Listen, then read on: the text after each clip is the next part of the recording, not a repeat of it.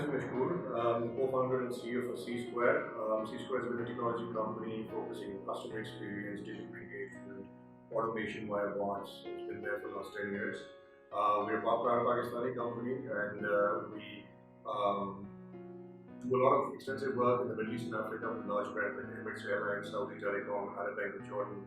So, we take great pride in Pakistani resources, being able to represent Pakistan in the international arena and being able to compete with larger companies like, our counterparts, Indian companies of Bangladesh or Nepal.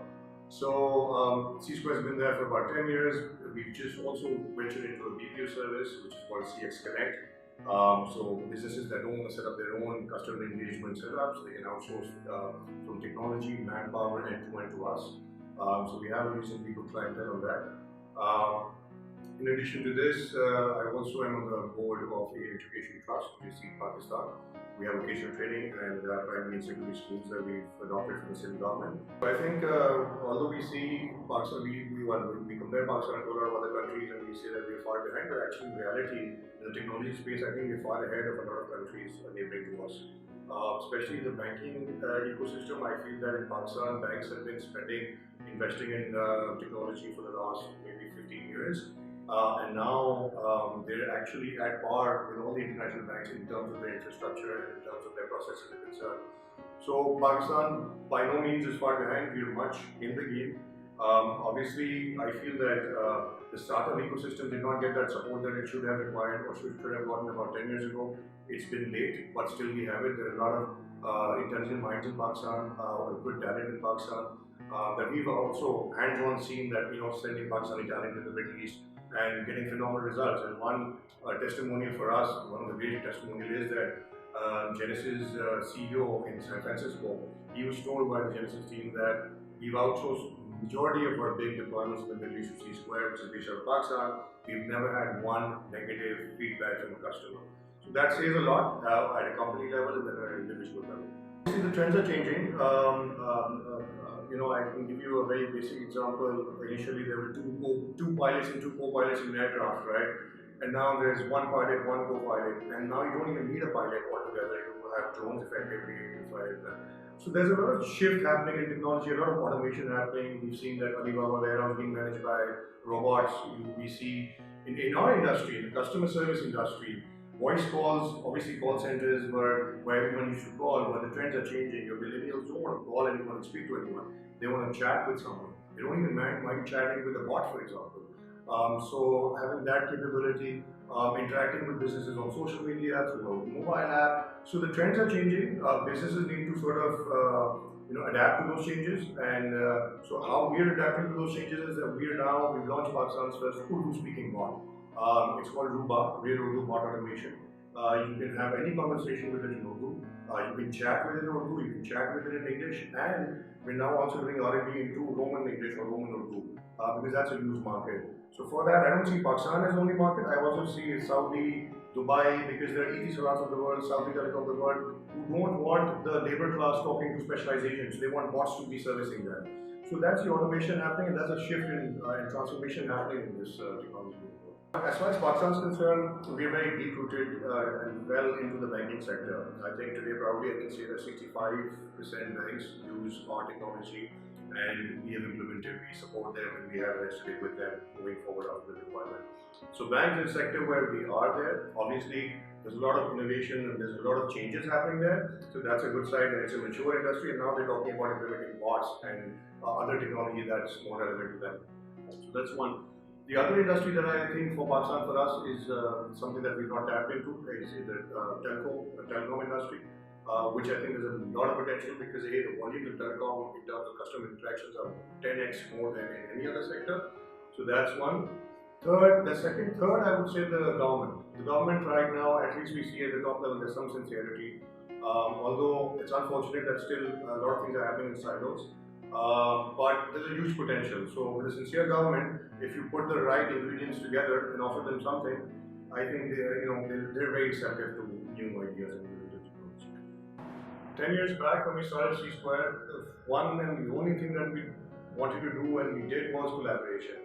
Because we feel that initially when you're starting something up and you don't have that muscle power to sort of penetrate into the market or go internationally and work, we collaborated with other partners. So we have a very strong partner in Lebanon, we have a very strong partner in Jordan, Kuwait. So they don't have they're able to sell, but they're not able to implement. So that's international. Now coming back to local, obviously we believe in collaboration. So either they're third-party consultants or there are other companies. So being C squared, we can't do everything. If there are larger projects available from the government, we can do a piece on that project. But we collaborate with the right partners for the other pieces. So I think collaboration is essential for success. CIO's roles are changing, absolutely. They're enablers. They're not decision makers. Decision makers are your digital officers or your commercial or your marketing. These are the guys who have requirements to fulfill of their customers. And they need to just specifically give their requirements to the CIO, and the CIO needs to make a selection as to which is the best fit solution. And they're by far the enabler. So now, CIOs obviously how they look at things now. We do see a lot of power tussle generally happening in organizations nowadays because chief digital officer is a relatively new term. And unfortunately or fortunately, I feel that everyone is running out on a race, digital race, but all of them are digital from the outside but analog from the inside, right? So they all want to create those nice C apps and stuff like that, but the processes behind that are just those same obsolete processes. So, I think how CIOs are looking at technology now, they don't want a lot of their resource dependency on technology, so they want to work with someone who has local hands-on experience. Because what we've seen is trends, like you have the big players, Cisco, Avaya, Huawei, you don't have local expertise. They're all dependent on international expertise, whereas for us, it's the other way around. We've been rendering services internationally, so we have a good center of excellence in Pakistan. So that's one that the CIOs look at. The other thing, obviously, CIOs now need to look very good and they need to look shine behind, in front of the CEO. So cost is another thing. How can they have safe costs? So that's a CIO's thing. But if you ask from a business perspective, everyone is talking about how do we improve our bottom line? How do we increase our customer stickiness? How do we increase our customer wallet share? That can only happen if they actually invest in the right tools and technology and right vision to actually achieve those results. 2019, I think, has been a lot of analytics, a lot of data. Data has really been king for years. Now, actually, organizations are understanding that they have immense amount of data residing everywhere, but they're not using it for decision making. They're not using it for proactive projections and all of that stuff. So I think data is one. Then the other biggest takeaway I think for 2019 is that moving forward 2020 and onwards, it's just about automation. How can you automate things? How can you introduce automated technology, improve customer experience for overall resulting into better results and better customer acquisition and better retention of customers. So you see, everyone is complaining in the market that there's no business, there's nothing happening, there's slowness. I personally feel in the technology industry, if you're doing something right and if you differentiate yourself from the rest of the box pushers and if you're able to sell a valuable proposition, businesses are open to hear it out, they're open to invest. Obviously, the size of investment is shrinking, but if you're able to explain them well and the ROI, if you're able to demonstrate the ROI, everyone is willing to invest. So I feel that moving forward in the years, businesses are keen to invest in latest technology and to improve their overall profitability. I personally, so my personal opinion, right, there's so much more that we can do as a nation that we're not really thinking about. Number one, why are we not able to build a center of excellence in Pakistan and export that manpower into Middle East and compete with your large Satyam, Wipro, Tata, which we can. I mean, I used to remember back in my days in Teradata, they used to have a GCC, a center, it was a center of excellence, basically a hub in Pakistan that was supposed to actually render services to Europe, Middle East, and Africa. 1,500 resources sitting in Pakistan.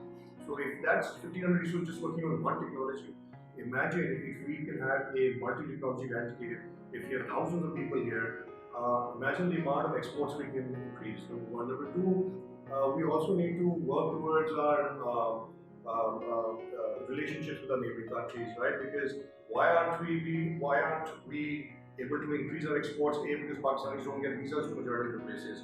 Indian, whereas in Bahrain or in Kuwait, Indian can go in 2 days, Pakistani can't go in 4 weeks, right? So we need to do a lot on that side. 6 incubation centers in Pakistan, 4 of them are government. Not enough. There's a lot that needs to be done.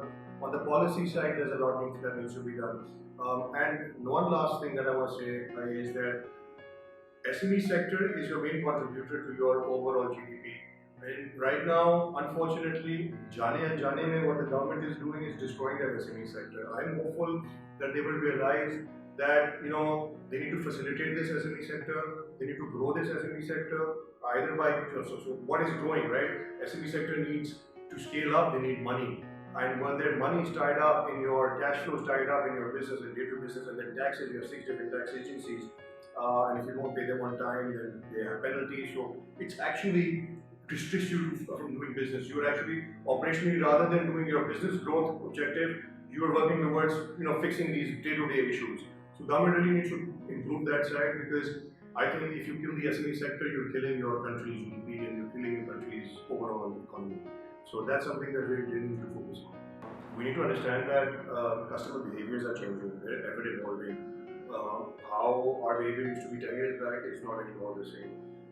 We're now more dependent on automation, more dependent on these other channels. So initially, voice call was one big thing, and now customers interacting with over 20 different channels or 10 different channels. Now, normally what happens is these channels are running in silos. So the customer experience, the customer journey is disconnected, it's disjointed. So organizations now understand that rather than going on implementing different technology and different suites of products, they're going for one suite so they have a complete visibility of the customer journey. Once you have the complete visibility of the customer journey, you'll be able to actually sell in the right product at the right times, the right channel. I remember one bank way back, I won't take the name, they were trying to sell ATM withdrawal insurance through my call center. It was a totally wrong channel of selling an insurance product, because I'm sitting at home and I'm actually eating food and you're selling ATM withdrawal insurance.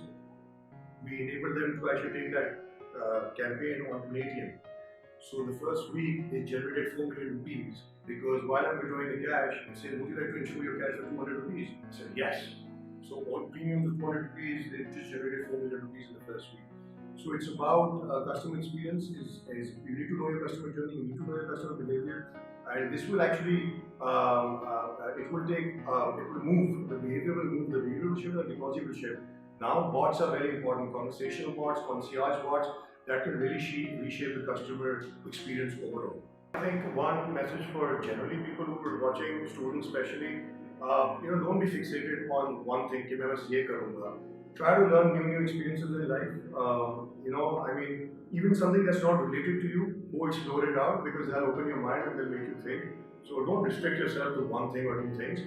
Learn various things of life. They might give you some takeaway. You might be somewhere else in life. Once in my last job, we were hired for the region, and then the operation was being closed down because the company was being sold. So we were made redundant, right? And that was a time when I said, "Ab naukri kahan milegi," right? And do I really want to work again or not? So a lot of advice, a lot of people did give advice as to what you should do or what you should not do. But I think Waqar Islam, who has been my mentor always and is today as well, he was the one who really encouraged us, who really pushed us, that you guys know the thing, you can sort of build something. And although yes, it was very difficult initial years, but we were able to actually, our first project was in Lebanon, in fact, with the telecom, when we were a two-man company. So I think that was a great decision and great advice, which we followed on in this. I think trends are changing very fast. What changed in the last 2 years, and the change that happened, is significantly less than the change that will happen in the next 2 years, right? So, we can predict and we can sort of brainstorm as to where the industry will shape up, but maybe we're off that target. But what we feel are this year, next 2 years are very focused towards artificial intelligence, machine learning, and bots. These are the areas that we're very key focuses on. Also, we did innovate last year and we created some self-service machines that can open a bank account in a minute and issue a debit card.